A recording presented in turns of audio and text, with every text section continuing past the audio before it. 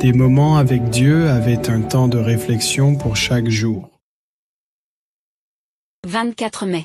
La vie est courte. Car, qu'est-ce votre vie? Vous êtes une vapeur qui paraît pour un peu de temps, et qui ensuite disparaît. Jacques 4,14. Comme si nous avions le temps entre nos mains, nous passons notre vie à faire des projets. Planifier des années, rêver d'un avenir, comme si rien ne pouvait arriver plus tard pour demain. Comme si chaque homme nous était garante, nous refusons d'admettre que la vie est courte. Certains te disent que puisque la vie est courte, tu dois profiter de chaque seconde comme si c'était ton dernier jour, que tu dois voyager. Rencontrer des gens, découvrir des cultures, savourer les plaisirs, car si la mort survient, tu ne pourrais plus rien faire. C'est vrai que la vie est courte, mais faut-il vraiment vivre uniquement pour profiter au maximum? La vie est brève certes, mais l'éternité est longue, et ne devrions-nous pas nous y préparer? Les Bibles nous conseillent de mener une vie qui rassense. En effet, la vie est très fragile et peut s'éteindre au moment où on s'y attend le moins. Il est vrai que nous devons avoir des objectifs et des projets, mais Dieu doit être présent dans ces objectifs. En d'autres termes, il faut vivre chaque jour, pense à l'éternité qui nous attend. Vivre en cherchant à atteindre la vie éternelle que Dieu réserve à ses fidèles.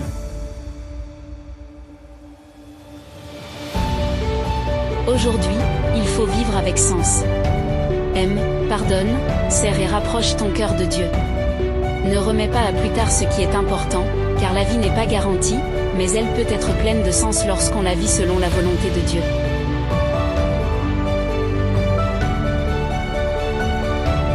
La vie est courte et il faut profiter pleinement, mais on respecte ce qui est bon et juste.